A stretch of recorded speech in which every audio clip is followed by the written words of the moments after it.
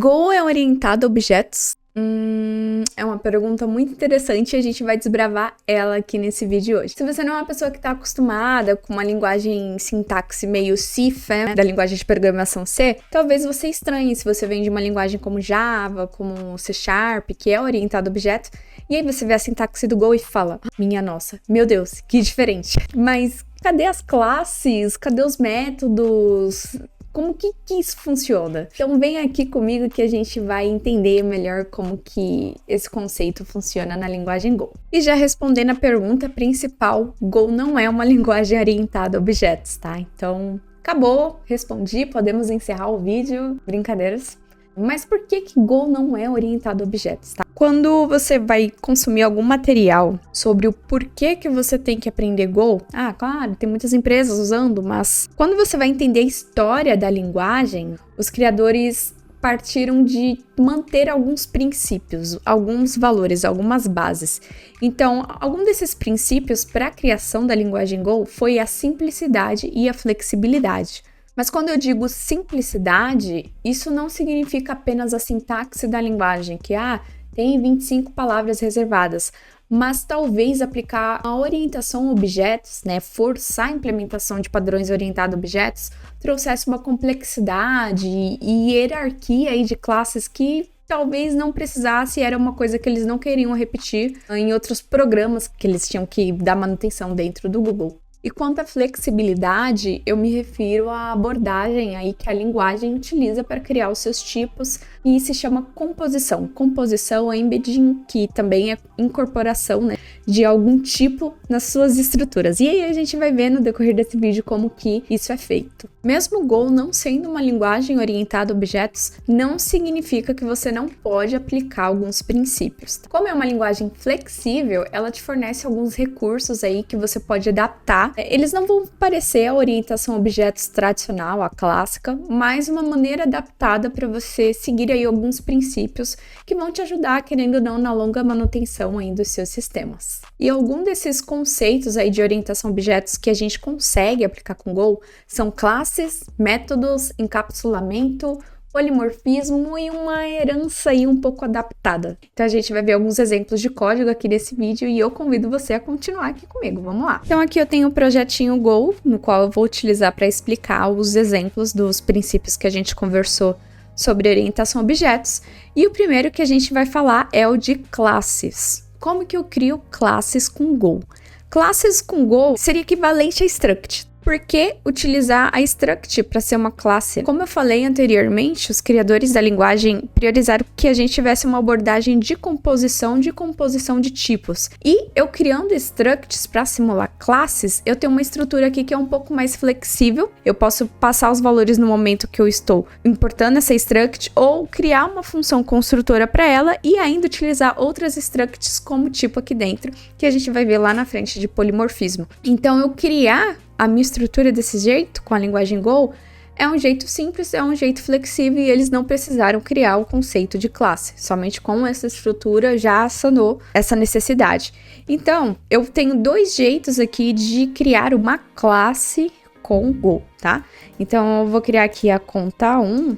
Isso daqui se chama composição literal, no qual eu vou compor a minha struct passando os valores no momento que eu utilizo essa estrutura para montar, tá? Assim que a gente declara uma variável em Go, então quando tá desse jeito, ela já assume o tipo do valor que eu preencho aqui. Então, ela é do tipo conta. Eu passo o titular, que aí no caso sou eu, Laís Lima. Passo um número, 56, e aí o saldo. Essa maneira que eu tô passando é a composição literal. Então, ela fica explícita no momento que eu estou criando essa estrutura. Então, se eu executar esse código aqui, beleza, eu criei a minha classe com seus atributos. Eu também posso usar uma função construtora, isso é muito comum também em alguns projetos Go, e ela retorna um ponteiro para minha estrutura. Então, vai retornar um endereço ali na memória para eu poder fazer algumas operações naquela estrutura que ficou armazenada naquele lugar na memória, tá? Ponteiros é onde a gente começa a se embananar um pouco no Go, mas eu poderia retornar uma estrutura sem ser ponteiro também, sem problema algum, tá? Dá certo também. Deixa eu colocar aqui, nova conta.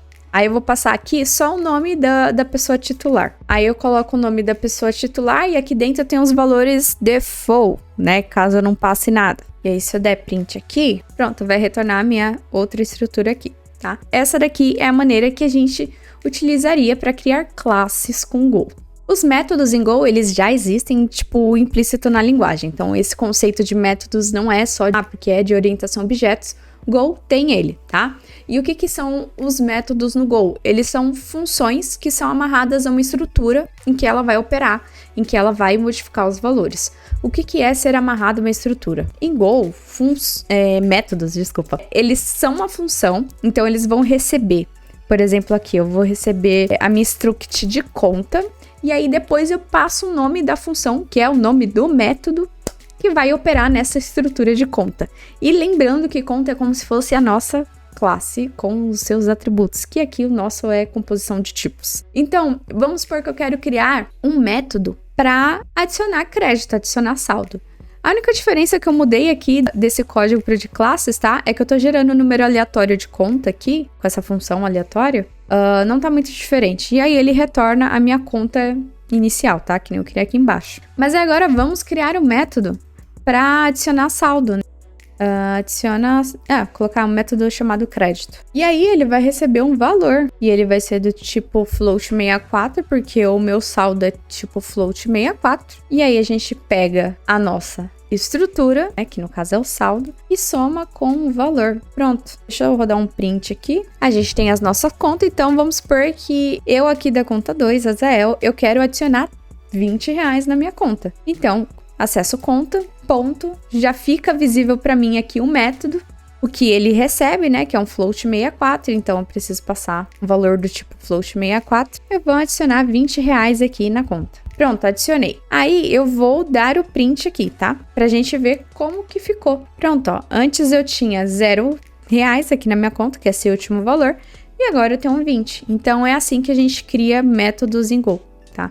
Struct é como se fosse a classe, e aí o método é a função que está amarrada a uma struct. Encapsulamento. Como que a gente faz encapsulamento em Go? Em Go a gente não tem modificadores, como private, public, protected, coisas que vão deixar as coisas aí escondidas para outros pacotes, outras libs internas. Mas lembra que eu falei no começo do vídeo que a galera priorizou a simplicidade, né, da linguagem? Então, o Go ele já tem encapsulamento de maneira implícita, já vem implementado. E para isso, a gente utiliza uma convenção de nomes, tá?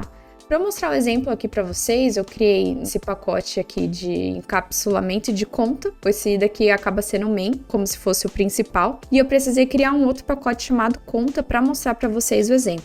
A própria estrutura que Go implementa os programas, essa estrutura de pacote e modular, implementa a regra de encapsulamento. E como que isso é feito? Aqui a gente ainda tem a mesma estrutura que a gente viu em classes e métodos, só que eu deixei o saldo com a letra minúscula, então prestem atenção nessa letra minúscula. Quando eu deixo o campo, né, um tipo da minha struct com a letra minúscula, significa que ele é privado e ele não é acessível por outro pacote a não ser o conta. Então, eu aqui consigo acessar, por exemplo, a gente tem um método aqui que muda o valor desse saldo, mas aqui nessa main eu não consigo acessar, tá? Vocês podem ver que quando eu crio a conta daquela maneira literal, né, usando a composição literal, eu não consigo adicionar valor aqui. Eu posso tentar rodar meu código que o compilador não vai deixar, tá errado. Eu teria que criar sem passar um valor por saldo, que aí ele deixa, mas aí ele criaria com um valor default de 0, assim como se eu usasse meu construtor. Então, vamos deixar só o exemplo aqui da conta 2 para ficar mais fácil. Aqui, ó, eu tô chamando aquela função de crédito e adicionando dinheiro na minha conta, tá? Então, vou deixar esses dois prints aqui e a gente vê, ó, a gente adicionou R$10 e aí ficou o valor de 10 aqui na minha conta.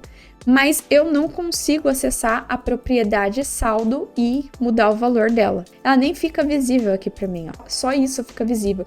Porque o que tá com letra maiúscula é exportável, fica visível fora do pacote, mas o que tá com a letra minúscula não fica. Se esse método crédito aqui ele tivesse a letra minúscula também, eu não conseguiria ver ele aqui fora. Então, eu não conseguiria usar ele também, não fica visível. Deixa eu até remover aqui para vocês verem. Então, o encapsulamento ele já vem implícito na linguagem. Você consegue aplicar isso e já tá na plataforma. Sobre o conceito de herança, a gente não tem ele em Go, mas a gente tem um outro que é um pouco parecido, mas não é, chamado embedding. Tá? Embedding, se a gente traduzir isso, é incorporação. E aqui nesse código a gente vê o exemplo disso com uma struct recebendo o tipo de outra struct dentro dela. Então, quando a gente vai compor, por exemplo, a struct do cachorro, deixa eu colocar aqui, dog, a gente precisa passar, né, montar a nossa estrutura utilizando animal. Então, a idade, e aí depois a gente pode passar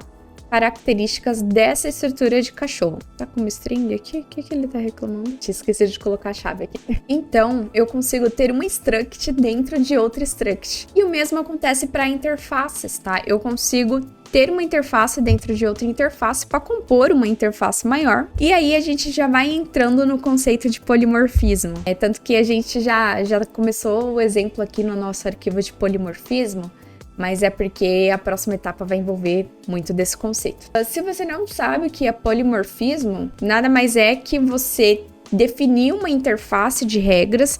Essas regras são os métodos que a sua classe, que no nosso caso a struct, deve implementar, mas é só a interface. A implementação das regras dessa interface fica a critério de cada struct vai fazer o seu, tá? Como que isso funciona? Já vamos aproveitar esse exemplo aqui que a gente tem para criar uma interface. Então, a gente vai criar uma interface key e animal e ela vai definir um método que precisa ser implementado. Então, vou colocar aqui emitir som. E ele não vai retornar nada, é só um método. E agora eu vou criar uma função chamada fazer barulho. E ela vai receber um animal que implementa essa interface chamada emitir som. Ela não vai retornar nada, mas ela tem que ser uma função que implementa isso.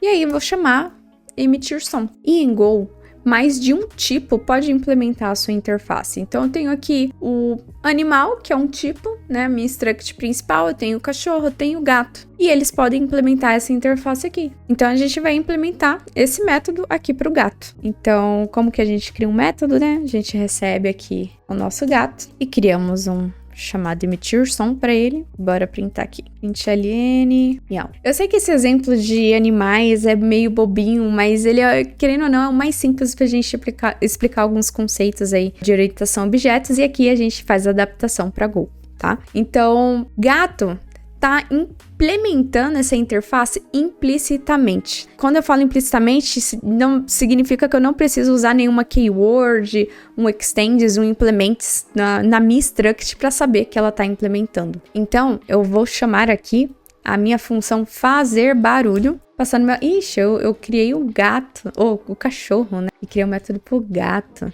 Deixa eu colocar aqui, o gato é cor. Vou colocar cor aqui, preto. Você fazendo tudo ao contrário. Aqui, colocar cat em inglês. E aí, deixa eu apagar isso aqui. Então, eu criei o meu gato. E aí, eu vou chamar a função fazer barulho e passar ele. Então, essa função aqui aceitou o cat porque ele tá implementando o método. Porque ela falou, eu aceito interface. Eu aceito que tiver esse método aqui. O cat tem, então perfeito. Se eu criar o cachorro aqui, eu podia ter deixado, né? Por que eu editei? Não sei nem se Bulldog escreve assim, mas fica assim. Se eu colocasse o cachorro aqui, ele ia dar erro. Por quê, ó? Não pode usar o dog, porque ele não implementa a interface animal. Então esse método está faltando. Posso passar o cat, mas não posso passar o dog, porque a gente não criou esse mesmo método pro tipo do cachorro. Deixa eu comentar aqui, senão o Go não vai deixar eu rodar, viu?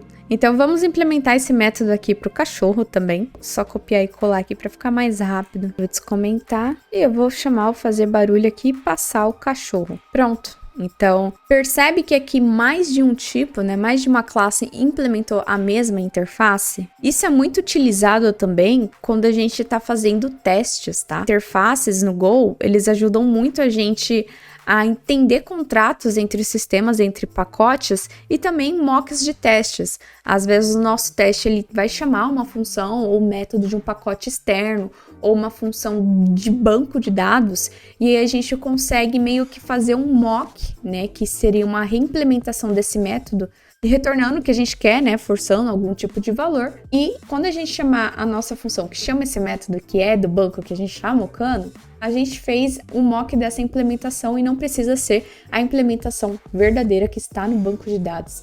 Então, as interfaces, elas são muito usadas para ajudar a gente aí nesses contratos de comunicação entre pacotes, entre classes, entre integrações externas. E nesse caso, já que mais de um tipo pode implementar, não importa se quem está implementando a minha interface é o banco de dados fake ou o banco de dados real, eu vou ter o retorno que não vai quebrar a minha função, porque eu sei o método que eu estou esperando. E interfaces em Go também, além de abstrair, né, esses contratos que a gente faz entre métodos, ele também pode ser incorporado dentro de outra interface, tá? Então a gente tem um exemplo aqui de um pacote, acho que eu esqueci, um pacote da lib nativa do Go, que ele escreve e lê arquivos, então você consegue abrir arquivos e ler o seu conteúdo. E aí ele é uma interface que tem duas interfaces dentro dele. Então pode ser que você tenha o tipo que implemente só essa interface e você pode ter tipo que implemente essa interface com essas outras interfaces dentro. Então você consegue fazer isso com o Go também. E aí a gente já pode ir até para uma reflexão. Um dos criadores da linguagem, o Rob, deu algumas palestras, e alguma dessas palestras se chama Go Proverbs, né?